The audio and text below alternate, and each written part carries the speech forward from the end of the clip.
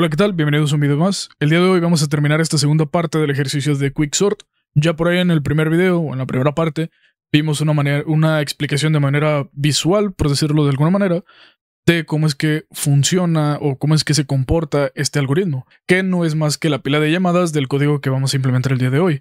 Entonces, espero que haya quedado claro de cómo es que trabaja internamente el algoritmo y cómo es que se van intercambiando los elementos dentro del array. El día de hoy vamos a ver únicamente el código. Si es que no han visto el primer video, bueno, la primera parte, o si es que ya se les olvidó, pues por acá se los voy a estar dejando para que vayan a ver primero ese video o para que refresquen la memoria un poco de lo que vimos y después van a ver que va a ser mucho más sencillo entender el código que vamos a ver. Lo primero que vamos a hacer aquí, bueno, aquí yo ya tengo iniciado un poco lo que vamos a hacer. Obviamente vamos a trabajar con el lenguaje C. Entonces, bueno, tengo una función de tipo void, quiere decir que no va a retornar nada, que se llama quicksort, que va a ser mi función recursiva. Después tengo una función partición que pues va a ir, digamos, obteniendo esos subarrays y va a ir iterando sobre esos subarrays y vamos a obtener pues el índice en el que se haya quedado, si es que hizo algún intercambio o no. Después tenemos la función swap, que también es una función de tipo void, que no retorna nada, que únicamente lo que va a hacer es intercambiar las posiciones de un array. Bien, bueno, acá todos reciben el array y todos reciben dos posiciones. Bueno, acá en swap se lo pasé como posición 1 y posición 2, y en quicksort y en partición se lo pasé como start y end.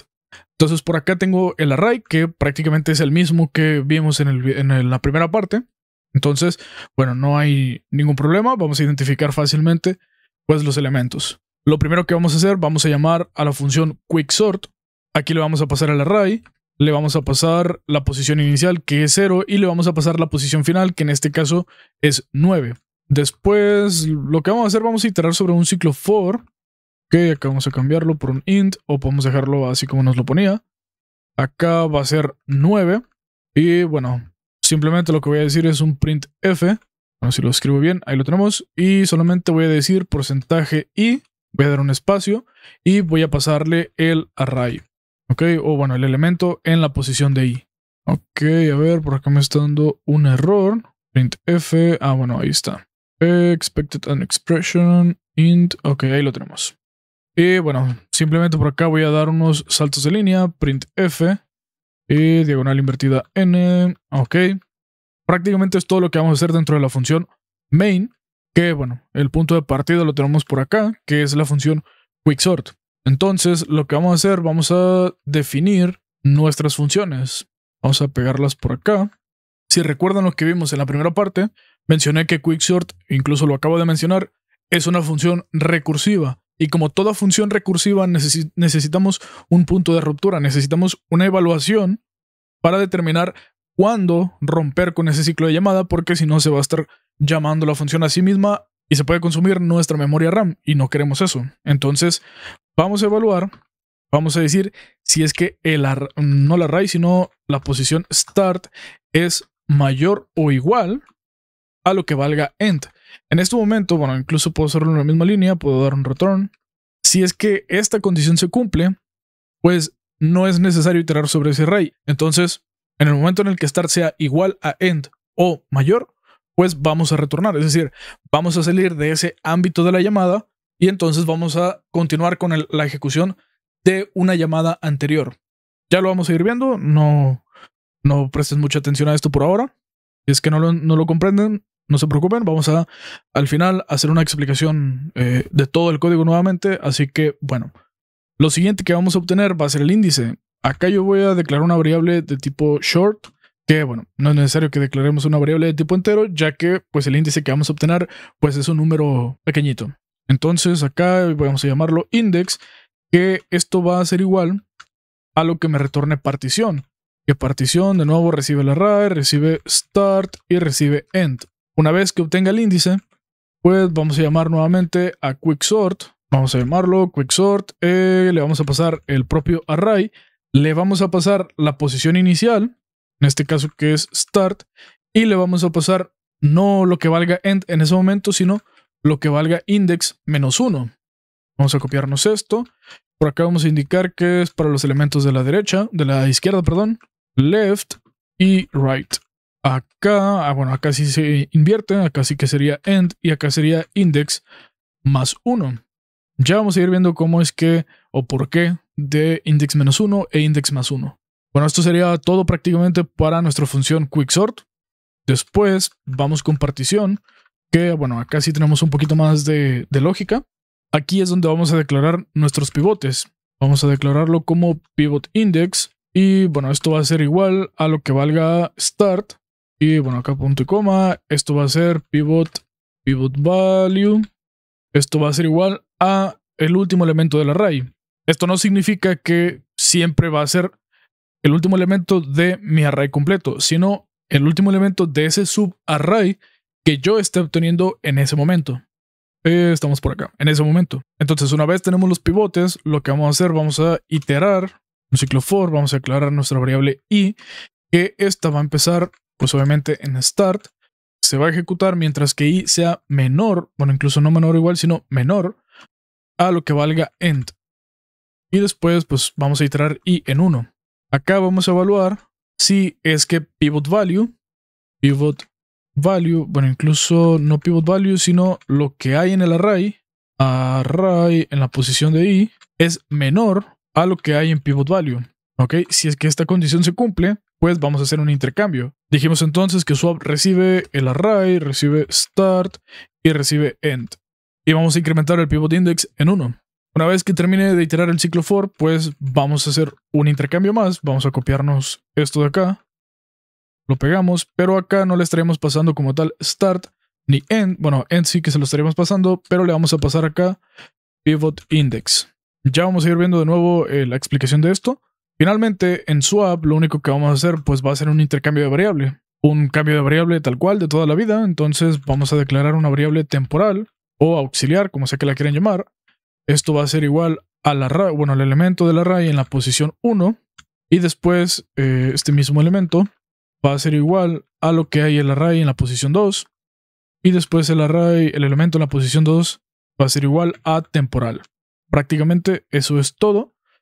Por aquí tenemos entonces el swap, tenemos partición y tenemos quicksort. Entonces prácticamente este sería nuestro código. Tenemos la función swap, tenemos la función partición y tenemos la función quicksort, que de hecho, bueno, a ver, me está marcando un error en partición. Ok, claro, porque no estoy retornando pivot index, que sería lo que tendría que retornar. Efectivamente, no sé si ahí ya esté solucionado el error. Pero bueno, ahí lo tenemos. Vamos a repasar entonces qué es lo que estamos haciendo. La función quicksort, que es una función recursiva, que no retorna nada, pues recibe el array, la posición inicial y la posición final. En la primera llamada, por decirlo así, pues estamos iniciando con todo el array. La posición inicial es 0 y la posición final es 9. Incluso acá no sería menor a 9, sino menor a 10, para que me incluya el último elemento. Entonces, como toda llamada recursiva o como toda función recursiva, necesitamos un punto de ruptura para que no se siga llamando pues hasta n cantidad de veces. Entonces, si la condición se cumple, pues hace un return y regresa al ámbito anterior. Si es que en el ámbito anterior todavía había que ejecutar alguna línea más, por decir, no sé, en ese ámbito en el que estaba, pues era porque se había llamado a quicksort para los elementos de la izquierda. Se detectó que ya no había que hacer ningún cambio, entonces hace un return, se regresa al ámbito anterior, que el ámbito anterior es de donde se llamó esta llamada, valga la redundancia, y todavía queda una línea más que ejecutar, pues entonces se sigue ejecutando en ese otro ámbito y después se sigue ejecutando tal cual. Si es que hay que seguirse llamando n cantidad de veces, se hace y así sucesivamente. Es decir, va avanzando en el momento en el que ya no se pueda hacer ningún cambio, en el que ya no haya que hacer ningún cambio, pues va retornando, es decir, va regresando a su ámbito anterior. Entonces, bueno, una vez comprendido esto, bueno, de hecho, vamos a ver esta parte de acá. Y bueno, para los elementos de la izquierda se hace una llamada que recibe igual el array, la posición start e index menos 1. Que bueno, recibe start porque estamos hablando de los elementos de la izquierda, es decir, de izquierda a derecha. Suponiendo que el array, o bueno, la primera vuelta se quedó, no sé, aquí. Después de que obtuvimos partición, no sé, suponiendo que el índice se quedó aquí en el 17, que sería 0, 1, 2, 3. Entonces vamos a iterar desde el elemento 0, que es start, hasta el elemento index menos 1. Es decir, hasta aquí. Ya no tengo que iterar sobre este porque, pues bueno, ya lo iteré en una llamada anterior de partición. Entonces, index menos 1. Entonces estaría evaluando estos tres elementos. Si es que hay que hacer algún cambio, se hace el cambio y así sucesivamente. Si es que hay que hacer más cambios, pues se van haciendo más llamadas hasta que ya no haya nada que hacer. Entonces se va regresando. Por eso se le pasa index menos 1. Después, para los elementos de la derecha, por decir de nuevo, quedamos en el 17 porque index pues vale 3. Entonces se le pasa como posición inicial index más 1. Ya de nuevo ya no voy a iterar sobre este elemento, sino un elemento adelante. Entonces empezamos en 32 hacia el final del array. Entonces lo que valga end en ese momento, suponiendo que vale 9, pues entonces vamos a iterar sobre todos estos elementos y se va ejecutando nuevamente todo nuestro código. Nuevamente para los elementos de la izquierda, pero de este subarray. Después para los elementos de la derecha, de nuevo de este subarray o de lo que se obtenga. Y prácticamente eso es. Simplemente es ir siguiendo dónde se van haciendo las llamadas. Que de hecho, si es que no te queda muy claro cómo es que estamos haciendo esto, puedes ver la primera parte, que ahí sí explicamos detalladamente cómo va la pila de llamadas y posiblemente ahí te puedas dar una mejor idea de cómo se van haciendo estos intercambios. Después entonces, para partición, por ahí te puedes encontrar en internet, puedes encontrar incluso el código en internet. Ya te digo que todos tienen su diferente solución. Puede que te encuentres un código incluso mucho más largo que este o incluso mucho más corto que este, no lo sé. En teoría la idea es la misma, divide y vencerás. Entonces prácticamente es lo mismo, se usa una función recursiva, etcétera, etcétera. Se utiliza un pivote, algunos utilizan un pivote, otros incluso utilizan 3 pivotes.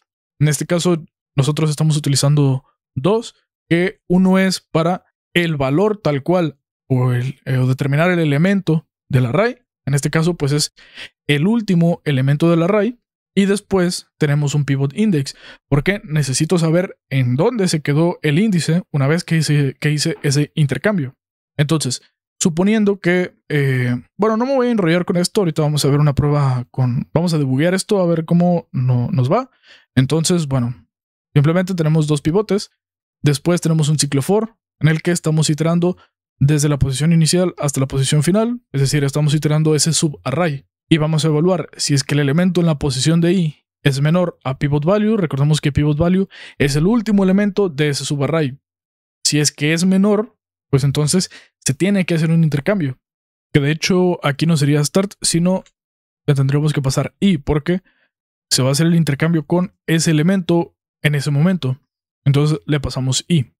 Entonces, una vez que ese es el intercambio, pues vamos a incrementar el pivot index. Vamos a ir avanzando. Terminamos el array, ya no hay nada más que hacer y hacemos ese último intercambio de donde se quedó el pivot index con el último elemento del array. Y finalmente retornamos el pivot index. Y la función swap, que simplemente lo que hace pues es un cambio de variable de toda la vida, no hay mucho que explicar en esto. Así que vamos a compilar esto. Esto lo podemos ejecutar pues escribiendo los comandos tal cual para compilar en el lenguaje C.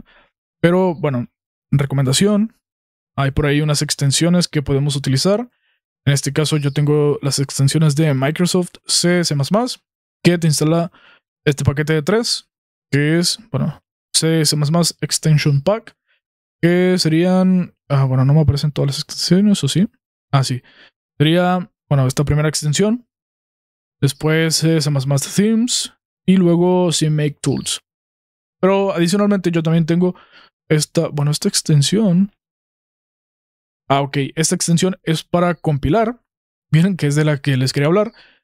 Que simplemente tenemos este botón, lo presionamos y ya nos compila y nos da el resultado de nuestro programa. O si es que hay algún error, pues nos lo muestra. Y después tenemos esta de C++ Runner, que es para debuguear nuestro código. Incluso aquí nos da un preview de cómo podemos hacerlo. Tendremos que seleccionar los breakpoints y pues empezar a debuguear prácticamente. Ya lo vamos a ver. Entonces compilamos por acá y si es que hay algún error lo vamos a ver. Y bueno, estamos viendo que no nos está mostrando el código, bueno, no el código, sino los elementos del array ordenados. Vamos a cerrar esto y vamos a ver. Estamos por acá llamando a quicksort. Estamos iterando. Bueno, acá tendría que imprimirse ya ordenado porque primero lo estamos llamando, ¿no? Después hacemos la llamada a quicksort. La función es, a ver, la validación es si es que start sea mayor o igual a end. Claro, tiene sentido. Pues hacemos un retorno, es decir, salimos de ese ámbito. Luego tenemos index, que es igual a partición. Pasamos start y le pasamos end. Bueno, ahí los parámetros están bien. Luego las llamadas array, que recibe como posición inicial start y luego recibe index -1. Y luego que recibe quicksort array, index +1 y luego end. Ok, en teoría el quicksort está bien. Luego partición que recibe igual start, end, pivot index que es igual a start y pivot value que es igual al array en la posición end. Y luego estamos iterando sobre ese subarray que i empieza en start y luego termina, bueno, se ejecuta hasta que llegue al final. Y luego evaluamos si es que el array en la posición de i es menor a pivot value. Y luego hacemos ese intercambio del array con el elemento en la posición actual y el elemento final. Y luego incrementamos pivot index. Después tenemos este intercambio. Ok, pivot index. Ok, porque es el elemento donde se quedó con el último elemento. Después, pues retornamos pivot index, que lo estaríamos cachando acá. Y el swap no creo que esté mal. Temporal, array en la posición 1. Luego array en la posición 1 es igual a la posición 2. Y luego la posición 2 es igual a temporal. Bueno, esto está bien. En teoría el código se ve bien. Pero bueno, vamos a hacer un análisis más profundo de dónde podría ser el error. Bueno, básicamente el error está en esta línea de aquí, en swap. Y es que lo que yo estoy haciendo es intercambiar, o bueno, mandarle para el intercambio el array, el elemento, no el elemento, sino la posición en ese momento y la posición final del elemento, pero no es la posición final de ese, digamos, de ese subarray, sino que la posición en la que esté pivot index. Ok, en teoría, si esto lo ejecutamos, ok, ahí ya tenemos el array completamente ordenado. 2, 4, 8, 10, 11, 17, 27, 32, 33, 43. Entonces, ahí lo tenemos. El error prácticamente era... Vamos a cerrar esto. El error era en la llamada o la primera llamada a swap que le estábamos pasando el último elemento de ese subarray y no el pivot index actual, que es donde nos vamos moviendo. Lo que vamos a hacer ahora, vamos a... yo creo que el if no es necesario que lo iteremos, que lo evaluemos.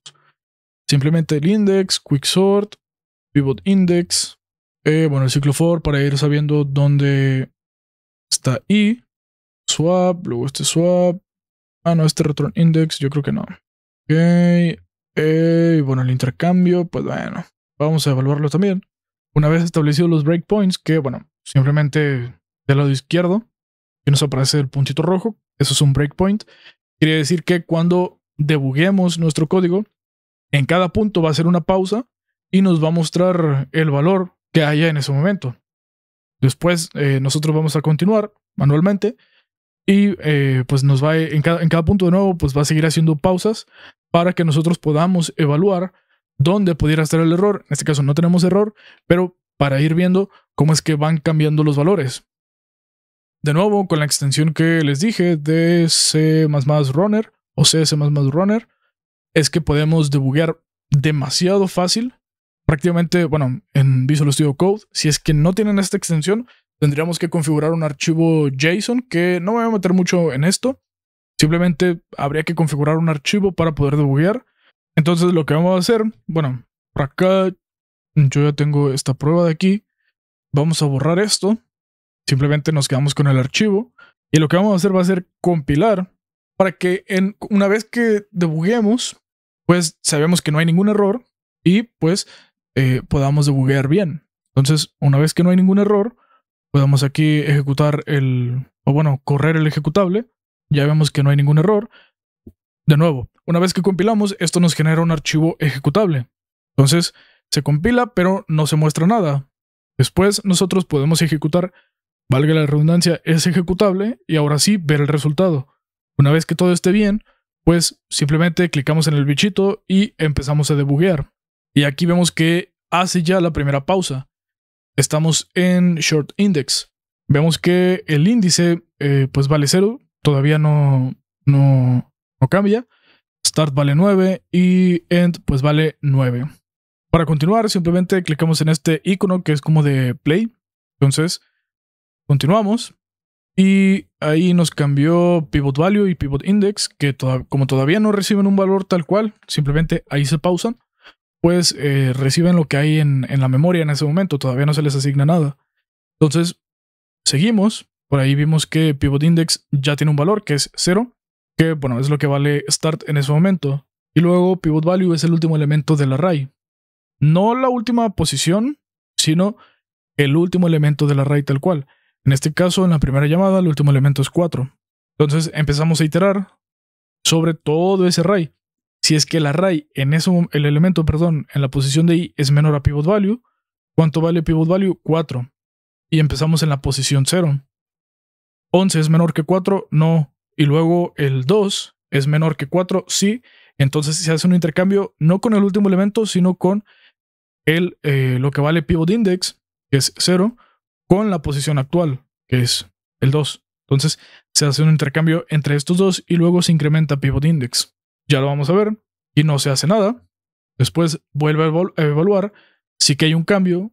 Se manda ese cambio. Y aquí vamos a ir viendo los valores. Temporal vale 2, que es la posición 1. En este caso el valor de i. Y luego posición 2, pues vale 0. Claro, porque es la posición de pivot index. Se hace el intercambio y ahí ya tenemos intercambiado nuestros dos elementos. Incluso, a ver. Bueno, aquí vamos viendo la pila de llamadas, que era lo que les decía en el video anterior o en la primera parte, de cómo es que se van haciendo la pila de llamadas. Empezamos en el main, se llamó a quicksort, seguimos en este ámbito y luego se llamó a partición, seguimos en este ámbito. Aquí, bueno, ya se hizo un intercambio, se va a incrementar pivot index en 1 y se va a ejecutar así todo el array. Aquí me parece que ya no hay nada que hacer, no hay más intercambios. Entonces hace ese último intercambio con el elemento en el que se quedó pivot index, que pues es el valor de 1, con el último elemento del array. Aquí sí que es el último elemento. Entonces intercambia el 11, que ya está en esa nueva posición, la posición 1, con el 4. Nuevamente se hace el intercambio y se retorna el índice. En este caso acá vemos que índice ya vale 1. Y luego, bueno, incluso aquí, si ven la pila de llamadas, ya salimos de esa llamada de partición. Entonces acá vamos a entrar nuevamente a un ámbito de quicksort que va a recibir, bueno, acá, de hecho recibió, bueno, no vi los parámetros, pero bueno, acá evaluó que ya no había nada que hacer, entonces hizo un return y siguió con el código de ese ámbito de la función, porque todavía no terminaba. Entonces ahora vamos a llamar para los elementos de la derecha. Nuevamente, el proceso es exactamente el mismo. Acá vemos que ya estamos dentro de otro ámbito de quicksort. Entonces, nuevamente se llama a partición. Vamos a iterar sobre ese subarray. Se establece pivot index y se establece pivot value. Incluso acá vemos que start ya no vale 0, sino que empieza en la posición 2. Porque recordemos que index valía 1. Y como se le pasó para los elementos de la izquierda, entonces index más 1 es 2, pues es lo que se le pasa como start y lo que valga end en ese momento, es decir, en este momento del ámbito. Después, ok, hacemos el ciclo for. De nuevo, el proceso es exactamente el mismo. Vamos a evaluar. Acá sí que hay un intercambio. Se hace ese intercambio, estamos dentro de swap. Ok, se incrementa pivot index. Se sigue ejecutando. Hay otro intercambio. Sigue swap. Después se vuelve a hacer otro intercambio. Se hace el intercambio final. Acá vemos que la posición es 4 y 9. Entonces, bueno, ahí ya salió de ese ámbito. Después se sigue ejecutando. Se vuelve a hacer otra llamada para quicksort. Incluso aquí vemos las anidaciones, por decirlo así, de las llamadas. Nuevamente se hace la llamada a partición. Y nuevamente vamos a establecer pivot index y pivot value. Ya vemos que pivot index es 2 y pivot value es 10. Entonces empezamos a evaluar. Incluso aquí vemos que start vale 2 y end vale 3. Simplemente estamos evaluando dos elementos. Se hace el intercambio, se incrementa pivot index. Como nada más era esos dos elementos, pues no hay nada más que hacer. Se hace el intercambio nuevamente. Se sigue ejecutando la función. Y ahora se llama para los elementos de la izquierda, porque todavía no terminaba en este ámbito en el que estaba. Entonces, vamos a llamar para los elementos de la derecha y ahorita vamos a ver. Tenemos 1, 2, 3 anidaciones. Ok, ya no había nada más que hacer. Si se fijan, salió de ese ámbito y entonces regresó a un ámbito anterior, porque ya no había nada que hacer en esa llamada. Y luego aquí en Quicksort estamos ejecutando, bueno, ya ejecutamos para los elementos de la izquierda, de la derecha. Me imagino que ya no va a haber nada que hacer, entonces nuevamente va a salir de ese ámbito. Bueno, acá sí que hubo algo que hacer, entonces se volvió a llamar a sí misma y nuevamente sigue el proceso. No me interesa mucho cómo van los valores, me interesa que vean la pila de llamadas, ¿ok? Pueden ustedes copiar el código, ejecutar esto ustedes en su casa, ya les di las herramientas de cómo pueden debuguear y ustedes paso a paso ir viendo cómo es que se van intercambiando los elementos, en qué momento es un valor, en qué momento es otro y cuándo se hace ese intercambio. O incluso pueden ver la primera parte de este ejercicio. Ahí explico también la llamada, que prácticamente es esto, es la llamada de nuestro programa. No la llamada, sino la pila de llamadas, perdón, de todo este código. Seguimos iterando. Nuevamente hacemos intercambio. Aquí ya salió de otro ámbito, bueno, era del swap. Seguimos iterando. No hay nada que hacer. Aquí sí hay que hacer otro intercambio. Entra en swap. Sale de swap, incrementa pivot index, se termina de ejecutar ese subarray y después se hace ese último intercambio. Que se retorna el índice y entonces se sigue ejecutando pues en ese ámbito en el que se haya quedado. Acá, bueno, se hizo otra llamada para los elementos de la izquierda. Nuevamente, el proceso es el mismo, se llama partición, etcétera, etcétera. Incluso acá vean cuántas llamadas anidadas ya están. Está 1, 2, 3, 4 llamadas de Quicksort. Esto no quiere decir que estemos gastando recursos ni mucho menos, simplemente pues son llamadas recursivas que una vez que se termina de ejecutar una, pues se van ejecutando las otras anteriores. Aquí ya no había nada más que hacer, entonces seguimos con el proceso porque todavía no terminaba. Bueno, aquí tampoco ya no había nada que hacer, entonces retornó. Y se había quedado esta en la llamada para los elementos de la derecha. Y acá sí que había algo que hacer, entonces seguimos ejecutando nuevamente. Seguimos, hace un intercambio. Nuevamente se llama a Quicksort. Ya no hay nada que hacer ahí, ya termina y tenemos nuestro array completamente ordenado. De nuevo, la idea no es ver tal cual cómo se van intercambiando, porque bueno, me tomaría mucho tiempo. De por sí creo que este video ya va bastante largo, pero bueno, me tomaría mucho tiempo ir paso a paso cómo se van intercambiando. Creo que por ahí ya les di las herramientas de cómo pueden hacerlo ustedes mismos, cómo pueden debuguear. Entonces, recomendación, háganlo ustedes, copien el código. Por ahí lo voy a dejar en GitHub, entonces pueden copiar el código. Si quieren hacer modificaciones, háganlo o incluso investiguen en internet primero de cómo funciona el algoritmo. Es decir, documentense todavía más, no se queden solamente con esto. Documentense más de cómo funciona el algoritmo Quicksort. E incluso si ven ustedes por ahí videos, traten de replicarlos. No digo que tal cual copiarlos y ejecutarlos porque pues no sirve de nada, ¿no? Pero hay muchas soluciones en internet. Unos utilizan un pivote, otros 2, otros 3, no lo sé. Incluso puede haber otras con menos líneas de código o con más líneas de código, no lo sé. Ustedes pueden ahí investigarlo y escribir su propia, no su propia solución, porque bueno, es difícil, ¿no? El algoritmo prácticamente ya está hecho, no hay mucho que hacer. Pero sí que ustedes pueden darle esa modificación pues a su gusto, no lo sé. Incluso pueden ir particionando las funciones en otros archivos, no lo sé. Algo que les sirva para practicar y entonces debuguear el programa completo y ver cómo es que se va ejecutando. Entonces, espero que haya quedado claro este video de algoritmos, más específico el algoritmo Quicksort, que es el algoritmo más eficiente de ordenamiento que tenemos en programación. Así que, bueno, vamos a dejarlo hasta este punto y nos vemos en el siguiente video.